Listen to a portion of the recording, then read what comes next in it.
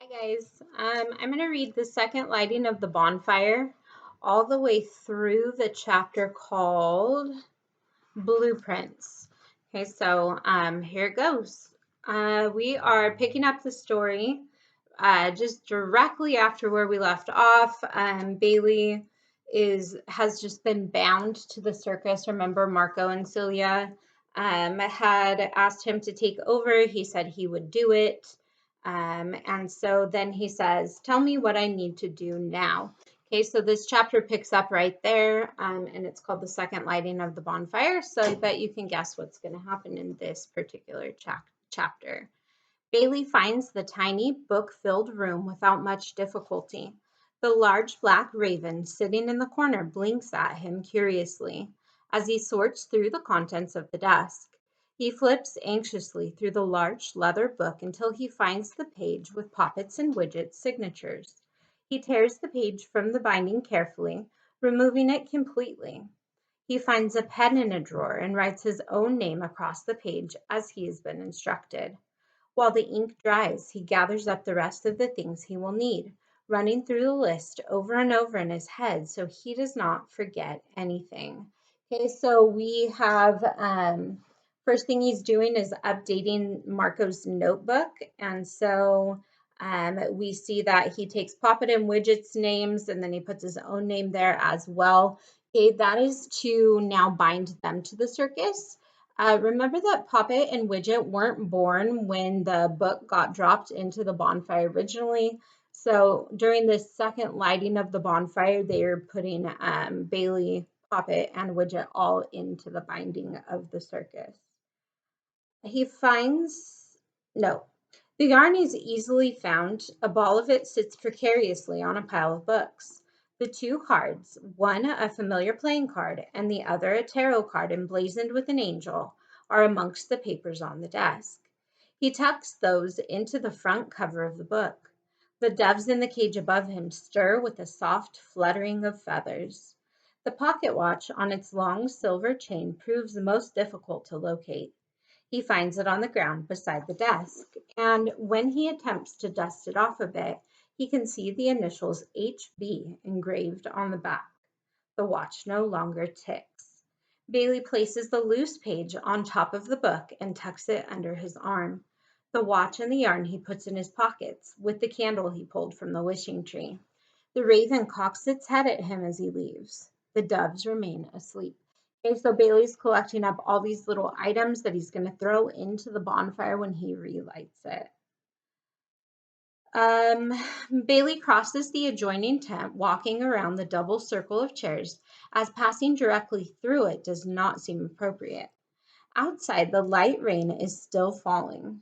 He hurries back to the courtyard where he finds Sukiko waiting for him. "Celia says I need to borrow your lighter," he says. Sukiko tilts her head curiously, looking oddly like a bird with a cat-like grin. "I suppose that is acceptable," she says after a moment. She pulls the silver lighter from her coat pocket and tosses it to him.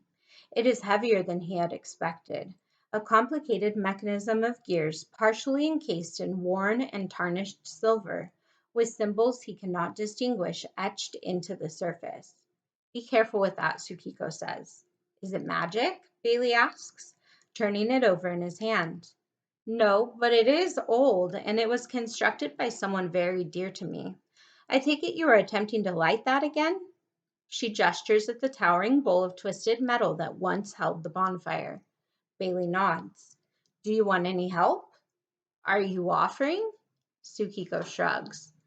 "I am not terribly invested in the outcome," she says, but something about the way she looks around at the tents and the mud makes Bailey doubt her words.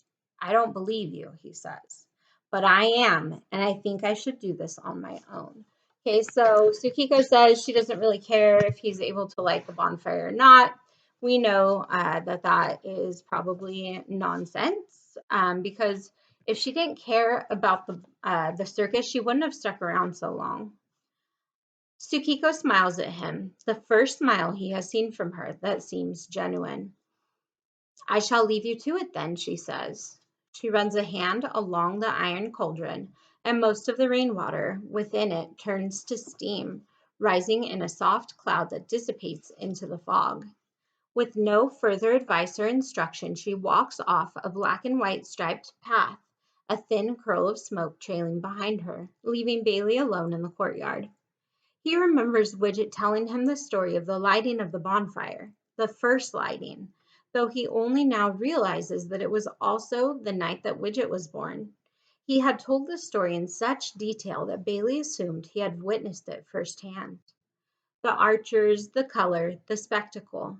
And now here Bailey stands, trying to accomplish the same feat with only a book and some yarn and a borrowed cigarette lighter. Alone, in the rain. He mumbles to himself what he can remember of Celia's instructions, the ones that are more complicated than finding books and tying strings. Things about focus and intent that he does not entirely understand.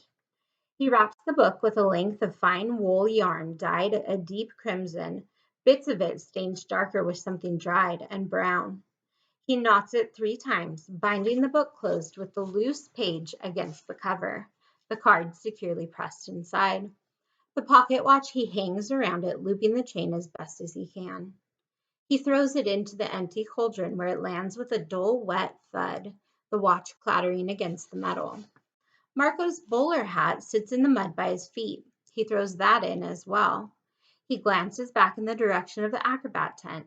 He can see the top of it from the courtyard, rising taller than the surrounding tents. And then, impulsively, he takes out the remaining contents of his pockets and adds them to the collection in the cauldron. His silver ticket, the dried rose that he had worn in his lapel at dinner with the reviewers, Poppet's white glove.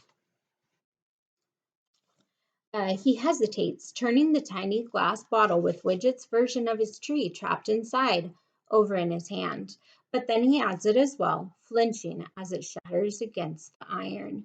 Okay, I want to point out a few things about these items he's dropping in.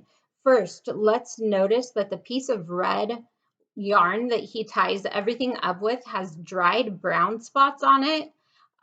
This is blood. This is yarn taken from her Friedrich Thiessen's scarf right after he was killed, and that's why it has dried up blood on it. Also, he throws in the little bottle that Widget had made him that has like all the feelings of his tree in it. This kind of indicates that Bailey is completely committed to the circus. He's not even keeping a little remnant of home. He drops it in like out of sight, out of mind. He is full power, full steam ahead, committed to the night circus. He takes the single white candle in one hand and Tsukiko's lighter in the other. He fumbles with the lighter before it consents to spark. Then he ignites the candle with a bright orange flame. He throws the burning candle into the cauldron. Nothing happens.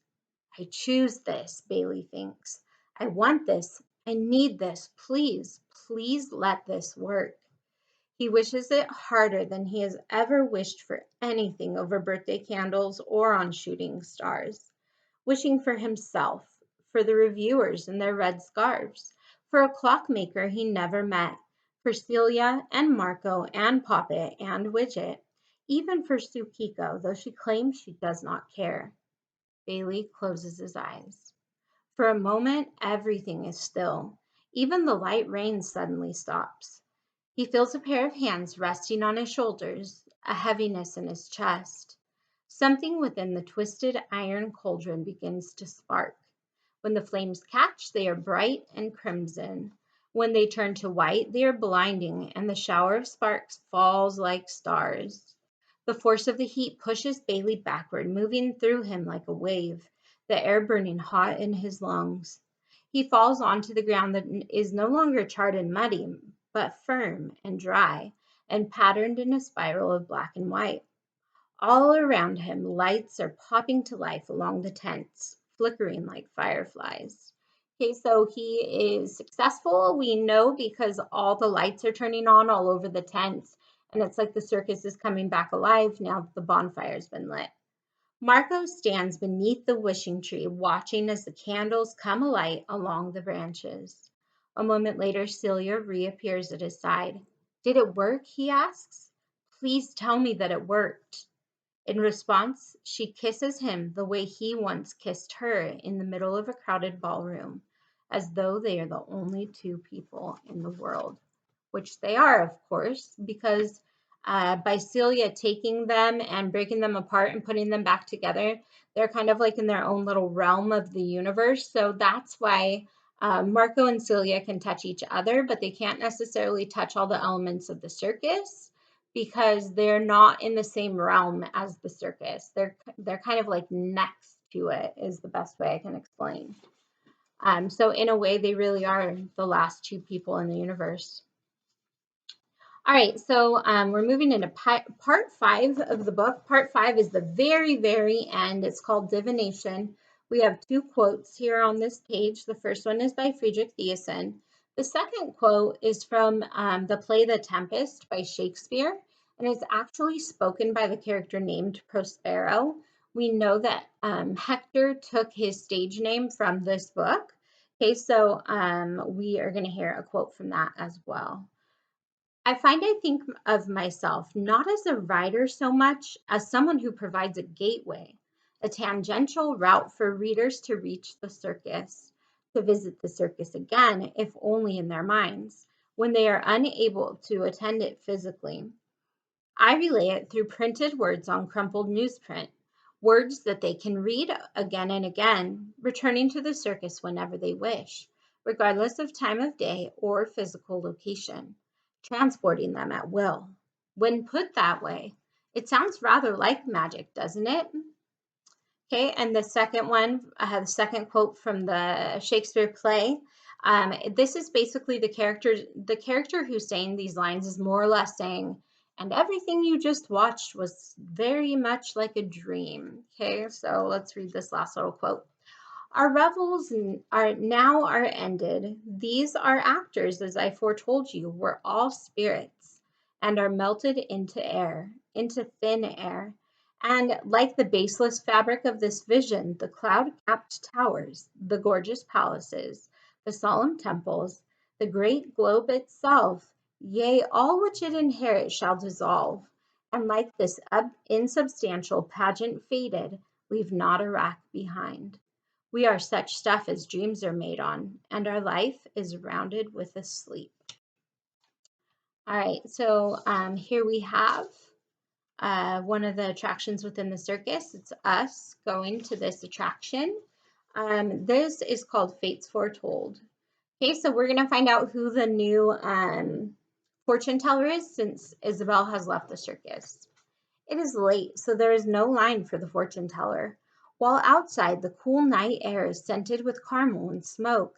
This tent is warm and smells of incense and roses and beeswax. You do not wait long in the antechamber before passing through the beaded curtain. It makes a sound like rain as the beads collide. The room beyond is lined with candles. You sit down at the table in the center of the room. Your chair is surprisingly comfortable. The fortune teller's face is hidden behind a fine black veil, but the light catches her eyes as she smiles. She has no crystal ball, no deck of cards, only a handful of sparkling silver stars that she scatters across the velvet-covered table, reading them like ruins. She refers to things she could not know with uncanny specificity. She tells you facts you already knew, information you might have guessed, possibilities you cannot fathom. The stars on the table almost seem to move in the undulating candlelight, shifting and changing before your eyes. Before you leave, the fortune teller reminds you that the future is never set in stone.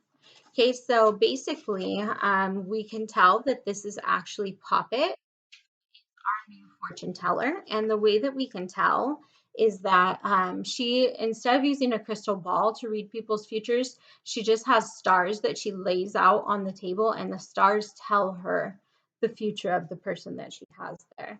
Of course, we know she has other help too, like she actually can see it in the stars. Okay, so here we go with the next chapter called Blueprints. This chapter is showing us what's going to happen to Chandrash now that the circus is kind of moving on without him. Okay, so it's called Blueprints, and this chapter takes place um like about a month after Bailey takes over the circus. Poppet Murray stands on the front steps of La Maison La Fauve, a leather briefcase in hand and a large satchel sitting by her feet. She rings the doorbell a dozen times, alternating with a series of loud knocks, though she can hear the bell echoing within the house. When the door finally swings open, Chandrash himself stands behind it, his violet shirt untucked and a crumpled piece of paper in his hand. "You were smaller last time I saw you," he says, looking Poppet over from her boots to her upswept hair. "And there were two of you." "My brother is in France," Poppet says, picking up the satchel and following Chandrash inside. The golden elephant-headed statue in the hall is in need of polishing. The house is in a state of disarray, or as much disarray as a house crammed from floor to ceiling with antiques and books and objets d'art can be in its inherent, cozy, cluttered way. It does not shine as brightly as it had when she ran through the halls with Widget, what seems like more than a few years ago, chasing marmalade kittens through a rainbow of guests. Okay, so Chandrash recognizes her, but he does say, "You look much different, and also there were two of you last time." He's remembering that Widget should be with her. The last time that Poppet and Widget were here was for the anniversary party in the chapter that was called 13. Okay, so it's actually been a little while, and if you look around at Chandrash's house, it's in quite a state of disarray. Everything's falling apart. Everything's kind of dusty. It's kind of like run down, and we know that this is probably because everyone has kind of like moved on without Chandrash. She's not really necessary to the circus anymore. So like it's not like he's still having his midnight dinners. Nobody's really coming to visit him, and his life is just pretty much like a shell of what it used to be. "What happened to your staff?" she asks as they ascend the stairs. "I dismissed the lot of them," Chandrash says. "They were useless, could not keep a single thing in order. I retained only the cooks. Haven't had a dinner in quite some time, but at least they know what they're doing." Poppet follows him down the column-lined hall to his study. She has never been in this particular room before, but she doubts it was always so covered with blueprints and sketches and empty brandy bottles. Chandrash wanders across the room, adding the crumpled piece of paper in his hand to a stack on a chair and staring idly at a set of blueprints hanging over the windows. Poppet clears a space on the desk to put the briefcase down, moving books and antlers and carved jade turtles. He leaves the satchel on the floor nearby. "Why are you here?" Chandrash says, turning and looking at Poppet as though he has only just noticed her presence. Poppet snaps open the briefcase on the desk, pulling out a dense pile of paper. "I need you to do a favor for me, Chandrash," she says. "What might that be?" "I would like you to sign over ownership of the circus." Poppet finds a fountain pen amongst the clutter on the desk and tests it on a scrap of paper to see if it was properly inked. "The circus was never mine to begin with," Chandrash mutters. "Of course it was," Poppet says, drawing a swirling letter P. "It was your idea. But I know you don't have time for it, and I thought it might be best if you relinquished your position as proprietor." Chandrash considers this for a moment, but then he nods and walks over to the desk to read through the contract. "You have Ethan and Lainey listed here, but not Tante Padva," he says as he peruses it. "I've spoken with all of them already," Poppet says. "Madame Padva wished not to be involved any longer, but she is confident that Miss Burgess can handle her responsibilities." "Who is this Mr. Clark?" Chandrash asks. "He's a very dear friend of mine," Poppet says, a soft blush warming her cheeks, "and he will take excellent care of the circus." Okay, so it looks like we're going to have Lainey Barris and also, Lainey Burgess and also Ethan Barris are going to help with like the upkeep and the business end of the circus. Madame Padva doesn't want to be involved anymore. If you remember the last time we saw her, we were noticing that she has different assistants all the time. This is because of the fact that she's so old. Everyone's like waiting around for her to die and stuff. And I think at this point, Madame Podva wishes to be released from the circus so she can go ahead and die when that time comes. If she stays with the circus, she'll still be bound with the circus, and that will make it so that she still keeps living, even though she's quite old and probably quite ready to go ahead and exit this life. So that's why she's not going to be involved in it any longer. Okay, and then notice that Poppet blushes when she's explaining to Chandrash who Bailey is. When Chandrash reaches the end of the document, she hands him the pen. He signs his name with a wobbling flourish, letting the pen drop onto the desk. I appreciate this more than I can say. Poppet blows on the ink to dry it before she returns the contract to the briefcase. Chandrash brushes her words away with a lazy wave of his hand, walking back to the window and staring at the expanse of blue papers hanging over it. What are the blueprints for? Poppet asks after she closes the briefcase. I have all of these plans from Ethan and I don't know what to do with them, Chandrash says, waving an arm around at the multitudes of paper. Poppet removes her coat, leaving it draped over the back of the desk chair, and takes a closer look at the blueprints and sketches hanging from shelves and tacked to mirrors and paintings and windows. Some are complete rooms. Others are bits of exterior architecture or elaborate archways and halls. She stops when she reaches a dartboard with a silver knife embedded in the patterned cork, its blade marred with dark stains. The knife vanishes as Poppet continues walking through, though Chandrash does not notice. Okay, Chandrash has all these blueprints like tacked up to the walls and windows all around the room, and he says he can't really figure out what they're supposed to be for. They came from Mr. Barris. Probably Mr. Barris is sending these blueprints to Chandrash to kind of like give Chandrash an opportunity to start a new project. Maybe so he can like move forward with his life and not be stuck on the circus anymore. We remember before he even thought of the circus, he was a producer who would get just amazing reviews in the papers and everything. Just brilliant at creating, right? But since the circus has come, his mind has been altered, his memory has been messed with. He hasn't had any project to work on. Okay, so it's like Mr. Bear sent this over to him to kind of like give him something to focus on and get that creativity going again that he lost. Okay, so now we're going to hear a little bit about Chandrash's. Oh, wait, not yet. Okay, sorry about that. She stops when, also the knife she just took out of the dartboard, that was the murder weapon for her Thiessen. I'm not sure why it still has blood on it, but similar to the way that Alexander gave the knife to Marco so that Chandrash wouldn't be pinned to the murder, that's also the same reason why Poppet makes it disappear, so that it's no longer there anymore and he's not tied to it in any way. They're meant to be renovations to the house, he says, as she tours the room, but they do not fit together properly. It's a museum, Poppet says, overlaying the pieces in her mind and seeing where they match up with the buildings she has already seen in the stars. They are completely out of order, but it is unmistakable.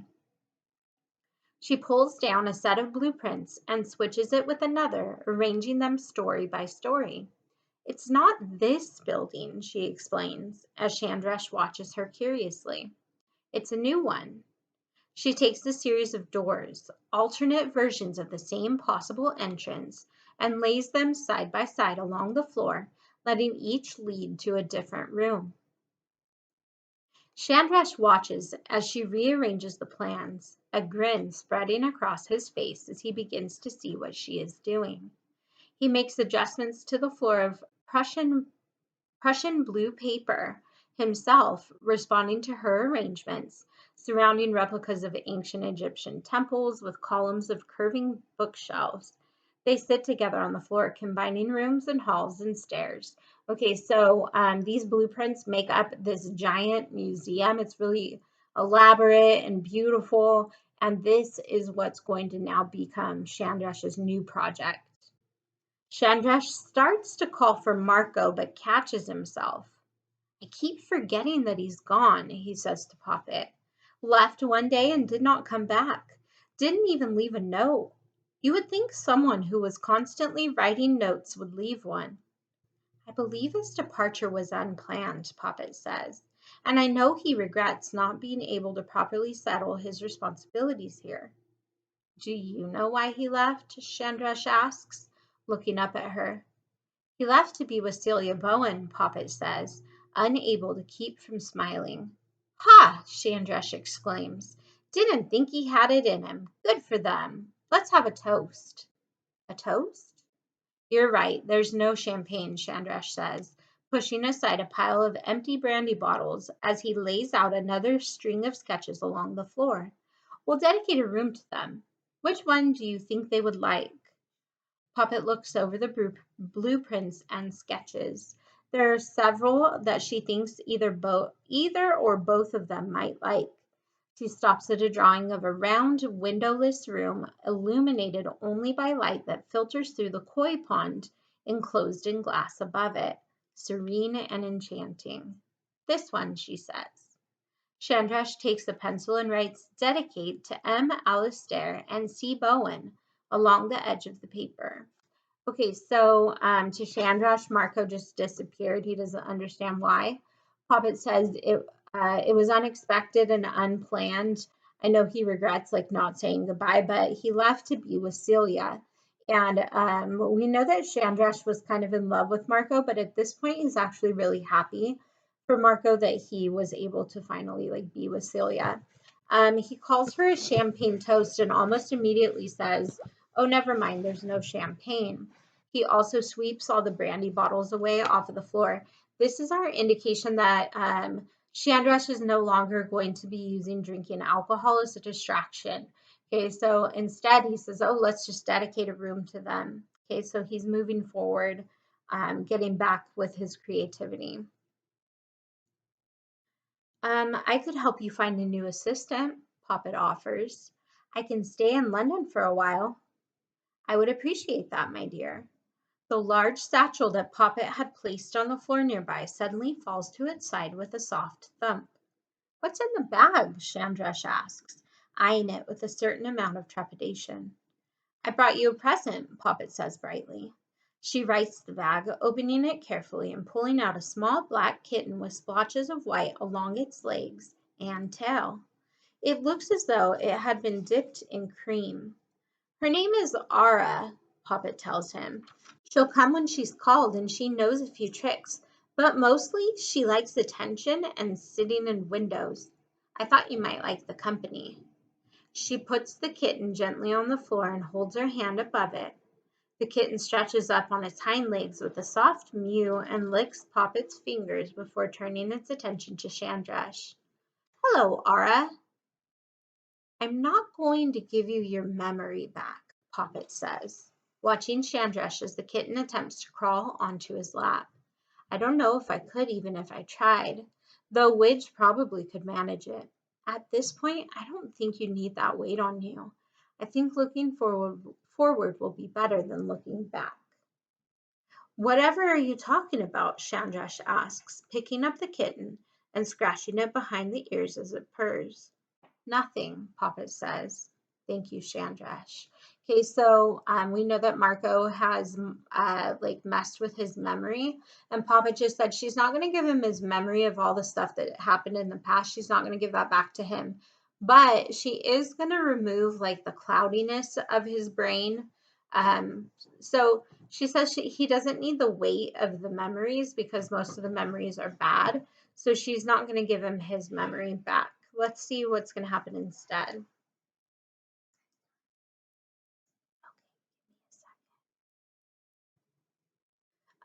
We also know that Poppet brought him a kitten. This is to keep him company. Okay, so basically, if you really think about it in this chapter, what's happening is everyone who loves Chandrash is all kind of like pitching in to give him back all the parts of his life that got taken away from him. from the circus, his creativity, his sharp mind, the company of a kitten, like project to work on. And so all of this stuff is getting restored for him. And that just tells us that Chandrash is going to be okay after all of this. She leans over and kisses him on the cheek. As soon as her lips touch his skin, Chandrash feels better than he has in years, as though the last of a fog has been lifted from him. His mind is clear, the plans for the museum becoming cohesive ideas for future projects aligning themselves in ways that seem completely manageable. Chandrash and Poppet spend hours arranging and adding to the blueprints, creating a new space to be filled with antiques and art and visions of the future. The black and white kitten paws playfully at the curling paper as they work.